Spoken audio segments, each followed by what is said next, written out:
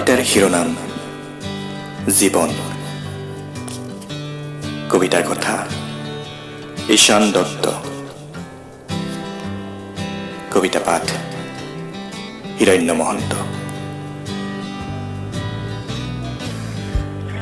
সপোন নামৰ চোলাটোৰ জেপত আজিকালি লৈ ফুৰো সাফল্যৰ ৰেচন কাৰ্ডখন।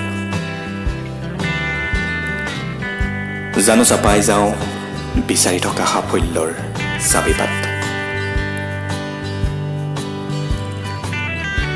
মই আজিও জীৱন যুঁজত অটল,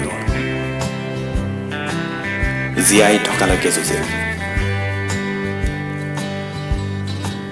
আজিও যুঁজি আছো।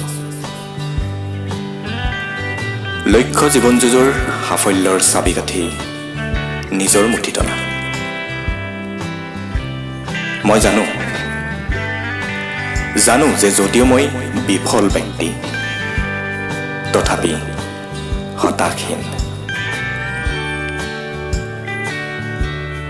আলাউদ্দিনৰ চাকি মোক নালাগে,